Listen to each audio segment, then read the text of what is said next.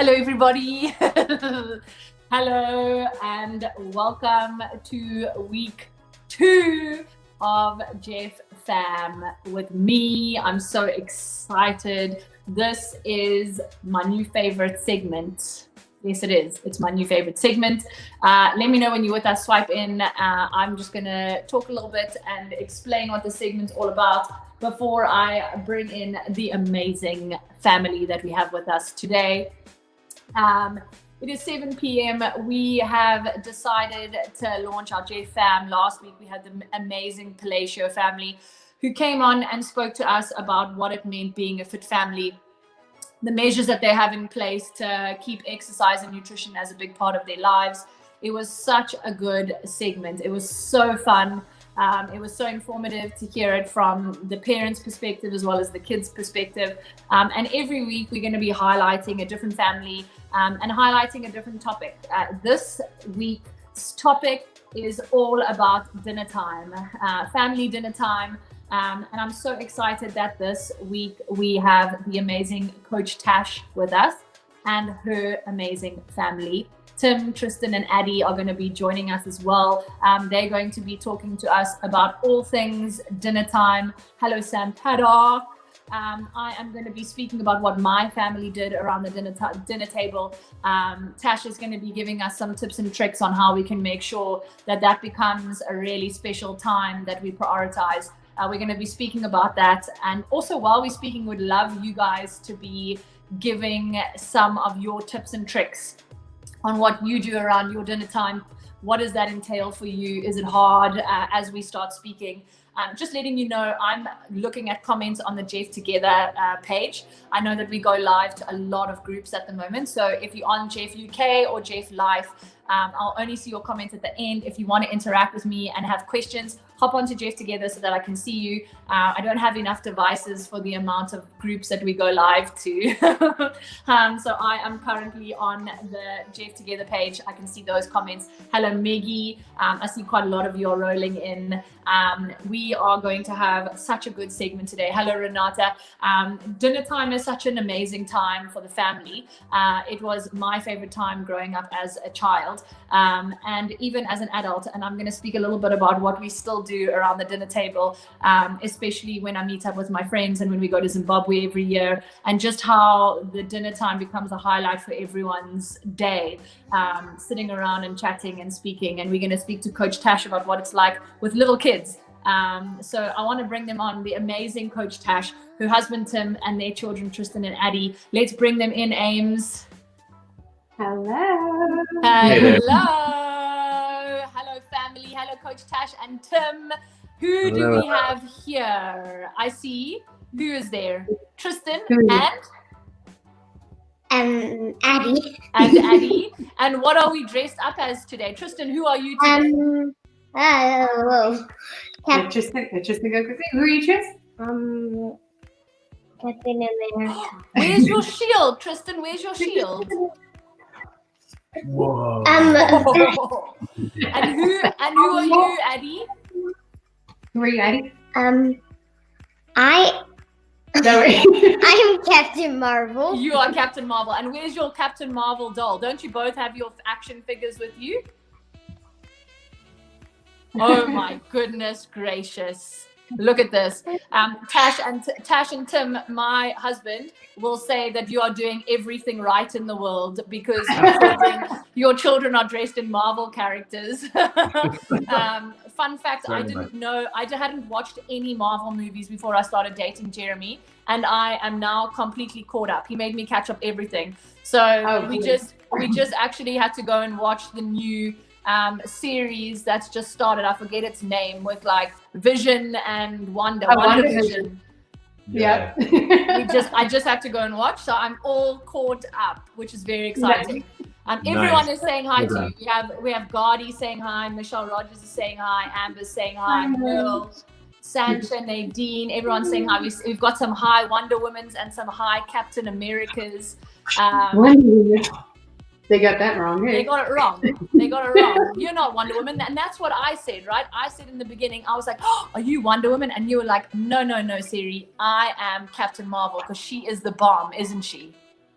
Uh-huh. We're going to speak all things dinner time. But before we begin, Addie, I want to know, what is your favorite dinner that mom or dad makes? That's a hard question. I know. Can you think of one? I have two favorites. Can I say them? Please, I would love that. Pizza and mushrooms. Ooh. Tristan, what's your favorite dinner? Hawaiian pizza. Hawaiian pizza night. He likes Taco Tuesday normally, but ooh, I also love some tacos. We're speaking all things dinner time at the moment, the reason why I wanted to have this segment is because when I think back on my childhood, I think about sitting around the dinner table as a family in the evenings, and all the discussions that used to happen around that dinner table. I remember the chaos of the day, like coming to calm. Not always, because sometimes we would land up at that dinner table for hours and hours to eat those veggies. But I remember back on my childhood with those times so fondly. And I also can remember that as I got older, those times started disappearing because we had sport, and sport would go into dinner time. And as you get older, that time becomes very few and far between. And so having that time as a young child is so important, not just for the children, but for the family. And I wanted to speak a little bit about your family routine for dinner. And it might not always be the same because of the chaos of the day, but what do you guys try and do as your dinner routine with your family? yeah, I think you hit the nail on the head. It's not always the same. It's actually, we got to go with the flow. And I think you can see it's very busy. So, I think our hope is, thank you.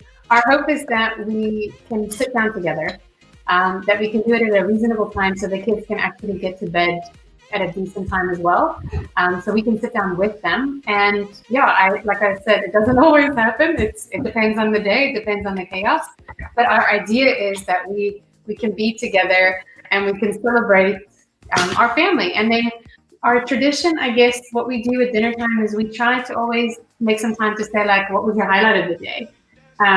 So we'll say, like, each family member gets an opportunity to say, like, what was your highlight of today? And even in the past, like when we can actually read, if two of us can sense that something's up with the kids, we'd say, like, what was your low light of the day? So that we can kind of talk about that as well and make opportunities. Because, I think the biggest thing is devices don't come to the table. And I think the kids love that they get to have our attention in that time. And we love that we can actually engage with them. I love it. Someone is I actually want to touch on your tradition of highlights and lowlights, because that was our tradition as a family, and it's something that we've taken into my adulthood. So like when we're sitting around a campfire or we're having dinner with friends, we will do the same thing. Actually, we'll go around and you have to give your highlights and your lowlights, starting with your lowlights, and because you always have to finish on a high. That was always on my family's thing. And I think you hit the nail on the head quite well, is that especially in a family where you might have one that is a little bit more boisterous and takes the attention more than the others. I won't say which one in your family. As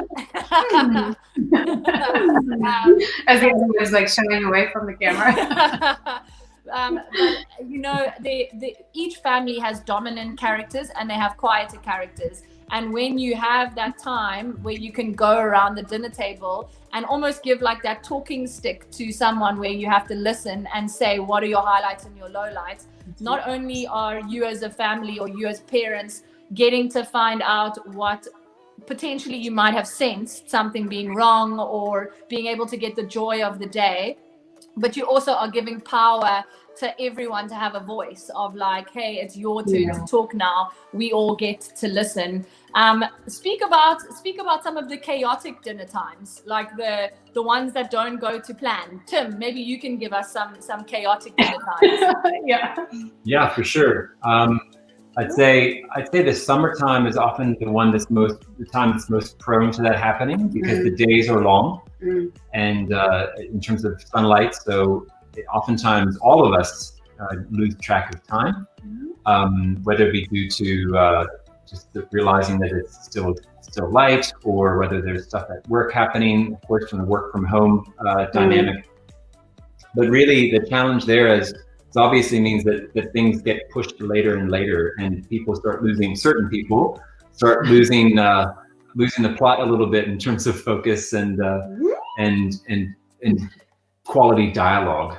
So Yes. we it's always as if you learn that lesson over and over again. When they happen, we know why. Yeah. So I think that half the battle is just being aware and just flagging it, knowing it, and then we just soldier on. So it's also just being able to pivot quite quickly. Instead of asking the same kind of question every night, we change it up. What are you thankful for? Or asking the same question in a different way. It just helps engage a different conversation instead of a more rote sort of thing. And they respond to that, even if they're starting to dim and bright, I absolutely love that, and I love that there is a question that's being asked around the dinner table, and I'm sure it doesn't happen every night. I know that there's some nights that you'd just be like, we need to get this food in and like get into bed as soon as possible.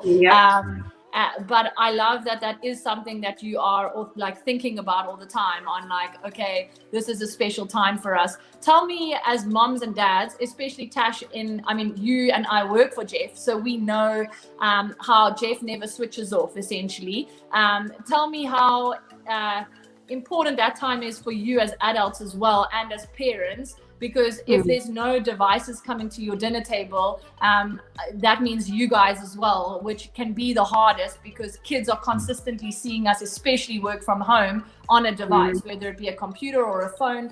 So like, how as a parent is that powerful time for you as well, to not only connect with your family, but your husband, and also have to disconnect from your phone? And sometimes do you find yourself not fully present at dinner because you're not able to disconnect? Because I find that with myself a lot. Totally, absolutely. And I think we've tried to really, like recently, we've tried to really be present, because this time is so precious. Like, it flies by so quickly, and before we know it, like, we've set the tone for what dinner time is going to be. So a few years ago, we were talking about family connection and like connecting as a family with one of my friends, and very dear friend. And I don't mean anything, to what she said, because she only meant well. But she was like, "Oh, you have to have family dinner time." And I took that so like hard, because at that time it was really, really hard for us to do as a family. Tim was, coming home late from work, and like they were even younger, and like to try and get them around the dinner table was just like almost impossible. And I took that on, and I was like, oh, I have to. But we changed it, and we said, you know what, we get to get together as a family. We get to make that time. And so putting the devices away is like, we get to have this time that's so special, because the rest of the day is so chaotic. The same thing, like, I love to snuggle with them before they go to bed, just to spend some time with them, like switch everything off, and like face to face, we look at each other, we're connecting with each other. But yeah, I think the dinner time, with asking questions and things like that, it happens because we are sitting together in one space. Where the rest of the day, you said with sports, like things happen all over the place, where we don't actually have a dining room table. I should say that. We sit at a counter because we live in a tiny little cottage, and we don't have a dining room table. I love your hat, Addie. Some restaurants do this. Some restaurants. Table. You can, yes. What is my favorite? Spending time together. Spending time together. Time I'm going together. to see everyone again. Yeah. And what else? And sometimes can just do these things. Tristan, do you love dinner time with the family? Yeah. And do you ever have to eat things that you don't like eating? What are your things? What are your things that you don't like eating? Addie, what things do you not like? What do you not like to eat? I forget some of the things. Yeah, you can tell me about the Natanki, right? What are the thank you? Breaded fish. You don't Bread like and that? fish. What else? So Bean Beazel? No. what? Bean Bean boozled. That's not dinner. No, that's not. So Siri, we actually have this thing that I did a GIF ed recently, like on getting your kids to eat healthy food. And one of the things that I said was make the same food that you're making for yourself for your kids as well, because if they see you eating it, then they're more likely to try it. And so we have a thing that we call, what do we do? No thank you bite. Do you want to tell her? You don't want to tell her? We have a no thank you bite, and the no thank you bite is they have to try the food, but they don't have to like it. And they can say no thank you, and then we don't force them to eat the rest, because they might find something that they love that they wouldn't have known that they liked, but they wouldn't know that had they not tried it. And invariably, more than half the time, well more than half the time, they like it. Exactly right. And also like for a lot of parents, what they struggle with the most is when you speak to them like as a coach and what are your eating habits, they say, well, I struggle because I'm snacking on all the kids' food. And then when you have the clients that join in on the one-on-one program and they start cooking what they're cooking for themselves, for their family, that becomes a temptation that you no longer have as a mom or a dad as well. But we had a thing, my sister does it with her kids, where they have 3 foods that they're allowed to be their 3 things that they don't eat. Like those are their 3 things. So like mine as a kid was mushrooms. I tried so hard, and every time I'd put them in my mouth, I would gag. I would and you love them. I would gag. I couldn't do it. I couldn't do cooked spinach either, like creamy spinach. Still can't do it as a child. I can do it as like raw. But so we had like our 3 things that if mom was making them, like those were the things. But we had the same thing. Like you have to try it at least. But then there were things that were like non-negotiables that I can remember having to sit for like an hour at the dinner table to eat. And I can remember just sitting there with one of my parents, like, I don't know how they got the patience, but just sitting there with this like broccoli on my plate and stubborn Seri refusing to eat it. Oh, yeah. So I know that there's challenges all along. We have quite a lot of. I want to ask what the post-dinner time is, because your kids are still little, and I see that some of the people are asking here. We've just finished our dinner, and the kids are now cleaning up. Your kids are still little. Do you have any post-dinner? Like, do they have to take their own plates to the sink, or are you not there yet? No, we do plastic plates for that reason. Yeah, and then, they throw it into a sink. Drop them in the there's no shattering. Yeah, that is one of the things. There's expectation that they, if they leave the table to excuse themselves. Yes. But then at the end, to your question, it's your utensil and your plate. Put it at or near the kitchen. The sink. We don't get it right all the time, but they know that that's one of those expectations before they zoom down the hallway to the bathroom to go brush teeth and one of the interesting things that I found from coming to the States, and I know that Tim, you guys are I'm going to call you are you American? Would you classify yourselves as Americans or South Africans, or both? We call ourselves South African Americans, Seri. Okay, that's what I like, South African Americans. So I would like to ask this question as well, from a culture thing, for anyone that's watching from either side.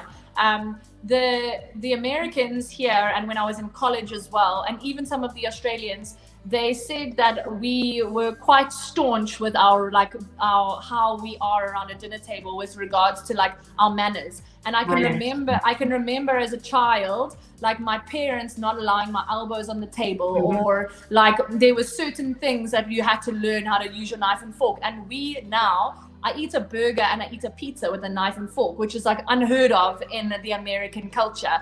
When I would tell them that this is just how it is, and I think it's from the British, but have you found, like very random, completely off the topic, but sitting with dinner time, have you found that the South African way of like manners and dinner time is very different from what it is when you were in the US? Yeah, no, absolutely. There is a big difference. We've enjoyed having been here for more than a decade now, we've kind of settled into a routine and a kind of a lifestyle that's more South African than American when it comes to that as well. For us, the age at these ages, 5 and 7, we're all about the basics. Use your fork. You probably hear the phrase use your fork, not your fingers. Or kinds of things but it's helping them understand the difference between eating, I guess, like an animal and like human. But we're getting there slowly but surely. But yeah, to the cultural differences that we don't. It's kind of not in the forefront of our minds. But every now and then we kind of realize, oh yeah, this would probably be different if we were still in the States. We're somewhere else. Yeah, I think we've been together for 17 years now. So we actually, I think I influenced a lot of Tim's culture, and he's influenced a lot of mine, obviously. So I think the manners is kind of like, I guess the elbows on the table was so strict that we're not that strict, but chew with your mouth closed. Yeah, that's a big one. Tash, a lot of people are asking. They're all saying they love the one bite, like you have to try it, the no forcing. I didn't listen to that, Ed. Can you give us a little bit more, just a little brief overview on with regards to how you guys manage with what happens if the whole plate is a one try bite and we don't want it? What do you do from there? Great. Yeah, that's a very good question. So first of all, it's for them okay, so I don't know Sarah, if you know this, but Tristan, who's lying down over, you can't even see him out of the screen. That's his feet on my lap. So Tristan has a gluten, dairy, and sugar intolerance. Addie has a lactose intolerance, and I have preservative, allergies. So we have to be careful about what we eat as it is. So it limits our choices to begin with. So what I've learned over this journey, and what we've learned over this journey, is we got to find out what they like. And then we have to find ways to make it. So when they say they like pizza, well, we do gluten-free, dairy-free pizza. And obviously that's our Friday night, tradition or whatever it is. But so we build into our diets things that are delicious. It has to be delicious. And if we have it in pajamas, we call it pija. Yeah, pija. When we have I love that. Colorful plates. Colorful rainbow plates, yeah. So always making sure that it's that they want to eat it, because it has to be visually appealing. It has to be tasty. I don't like to make foods that are bland or horrible tasting, because I don't want to eat that. So I don't want them to have to try that. So we always try to do things that we know that they're gonna like on the plate, and then we add the things that we are trying to it as well. So they can say no thank you to that. And also, I understand, wasting food is not a South African thing, but it's okay if they don't eat it. It's okay if they don't like it. The fact is that Abby will tell you, she did not like sweet potatoes, for the longest time. And recently we tried it in the air fryer with a new seasoning, and she was doing her no thank you bite thing, and she was like, I love it. Oh, I love that. Tastes change all the time with these guys. They love it one day, and then for weeks, and then one day they wake up and it's completely foreign to them, and they don't even want to be near it. But it is fun to watch them go through and develop a relationship with food. And we realize that we're in pole position to help them do that with their first go-to when it comes to insight on it. Yeah, and I think that for a lot of, Sarah, you were talking about being forced to eat something as well. And nothing against our parents. I was going to tell you, my parents said to me that if I don't eat my green beans, Father Christmas wasn't going to come, and I said he can stay in the North Pole. And so we know and understand, that our parents did the best that they could. But also, through this journey, I've learned to try not to force kids to eat something that they don't want, but to not give up, because children, like Tim said, their taste buds change over time, but also it takes them about 10 times to try something before they actually like it. So you have to just persevere and keep being patient with them as well. I can't tell you how many times it's like, try your sweet potatoes, but I tried it the last time and I didn't like it. And we always it could be different this time. And it could be different. So also having patience as a parent as well, and understanding that, like, if you're struggling now, because I know a lot of parents, one of their biggest struggles is getting their children to eat food, essentially, and the right types of food. And so I think that's a lot of positive coming for parents who might be struggling right now, to say, like, don't give up. Like, they might not like that sweet potato today or tomorrow or next week, but you never know. Like, and I can remember even my taste buds have changed so much as I've become into a teen and then into an adult as well. But I do love that philosophy that you have, and like thinking now on like us and becoming parents and what we want to do with our kids. Like, we love food and we love delicious food, and so it makes sense. Like, why would your child want all the bland stuff, like the plain broccoli or the plain this? Like, why would your child want that if you don't want it? So I feel like it's such a good philosophy of, if you love eating it and you making delicious food for yourself, well, it would make sense that your children would want the delicious food as well. Yeah, that's right. I like the end of raw broccoli. You like raw broccoli? Yeah. I also love I love all my veggies raw. I like my green beans raw, and I like cabbage raw and carrots raw. Well, I like carrots raw as well. Yeah. Oh, they're delicious. I don't like them cooked. No, she doesn't like them cooked.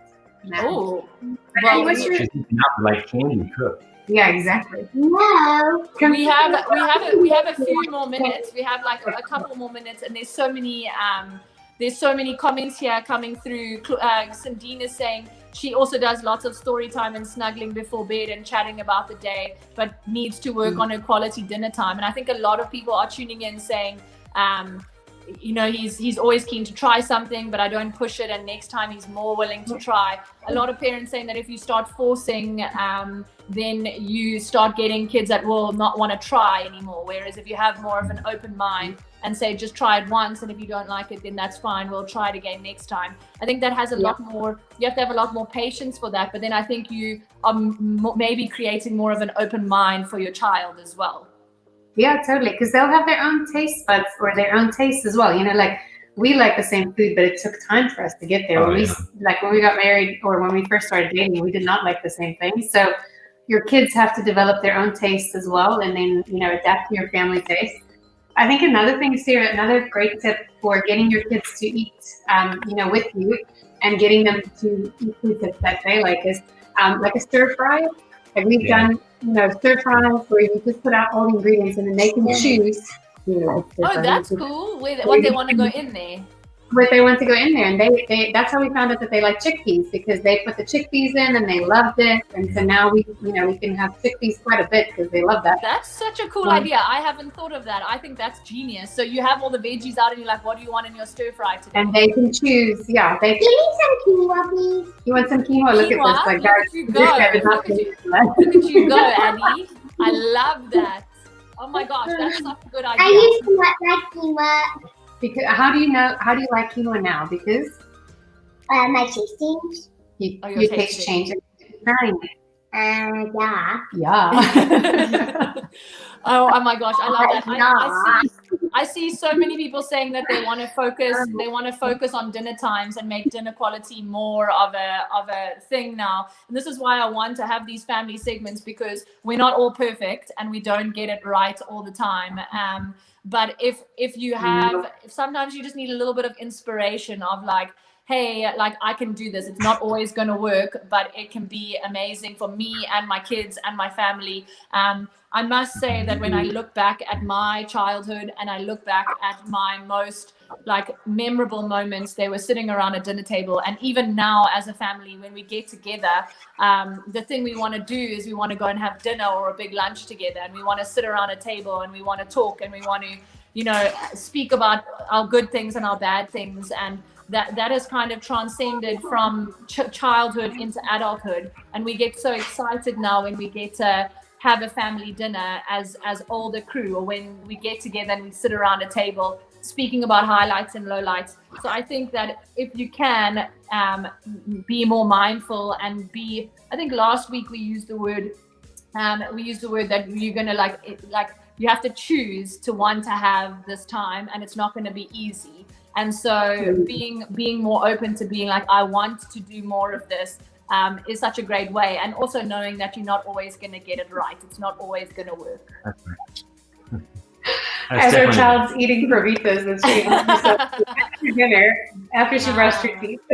I think we're winning at the end of the week. If we ever gave ourselves audits, I mean, we're not in that sort of mode, but if we actually reflected, I mean, 3 times a week, if we can find ourselves in some semblance of sitting around the table, even if it's to a few quality minutes worth, despite all the chaos, we're doing okay. Yeah. And that will probably end up changing as your kids get older as well, because the chaos will become less, and you'll probably find you have more of that time. And then as they start getting into more extracurricular activities, you'll find that becomes even less. So it's like waves of, I guess, life and raising children. But just that, in the back of your minds, it's something that you're striving for. You can really be more, like kind of focused on what it is you want to do. And I'm so glad that you guys came to talk to us. Addie and Tristan, I'm so glad that we got to see you guys live. Pleasure. Thank you, Captain America. We are so glad we get to see you. Here. Thank you, Auntie Seri. Thank you, Addie. You are born to do this. Can we bring you on more for some more chats? Sure. She kept on saying she wants to be a coach. I love it. Can I tell you, Addie, you won't understand this too much, but there is nothing better than seeing a confident young girl. Let me tell you, it is power, and I think you're powerful, and I think you can channel all Captain Marvel through, because you are a Captain Marvel superhero, but you're an Addie Captain Marvel. Yeah. Well, I want to be part of Jeff when I grow up. Oh, I love that. Do you think you want to be an instructor, or do you want to be a coach? Like, do you want to tell people how to work out, or do you want to be a coach? I don't know yet. You don't know yet? That's fine. And you did some of the little legends classes, didn't you? The ones that Seri did, the little legends classes. Yeah. The kids ones. And you were telling me before, what were some of your favorite ones? Going on safari? Yeah, and the beach. And the beach, when we went to the beach. I know, because we can't go to the beach anymore. And I think we were talking, I might make an appearance for a couple of little legends classes again. So I'm hoping that if I do, we can do some fun ones, and we'll do a superhero one again. I might spill the beans, but I think there might be a superhero theme coming in our 25-hour workout next week. I think. So keep your eyes and ears open. Wait for it. This one's falling asleep. The Hoffmans, you guys are so amazing. Thank you for coming to talk to us and for sharing. Thank you. You guys are amazing. Have a good evening. Bye. Bye, guys. Bye.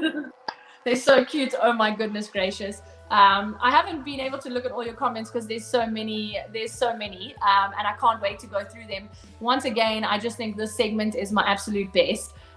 Because we're touching on different topics each week that are relevant to every family, and not every family is going to do things the same way. Everyone's going to do things differently. But it's so nice to draw inspiration and say, ooh, that could be cool to try, or tried that already, let me try this, or even giving your own tips on like, this is what we do at dinner time, or this is how we get our kids to eat, or this is our tricks and tips. Like for me, that's only going to be going into motherhood now.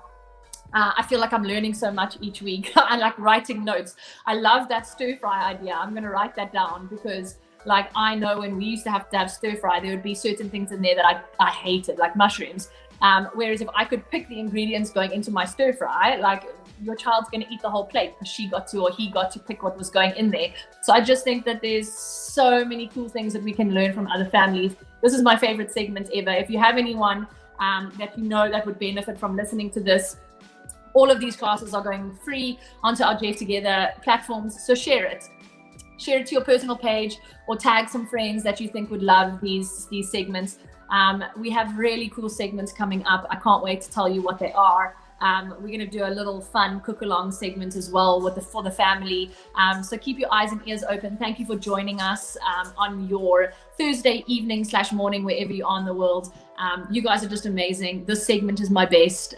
And I hope that you guys have the best rest of your evening, the best rest of your day. And I am back on your screens on Monday for the Kravitz crew. Have the best weekend. See you guys soon. Toodaloo. Goodbye.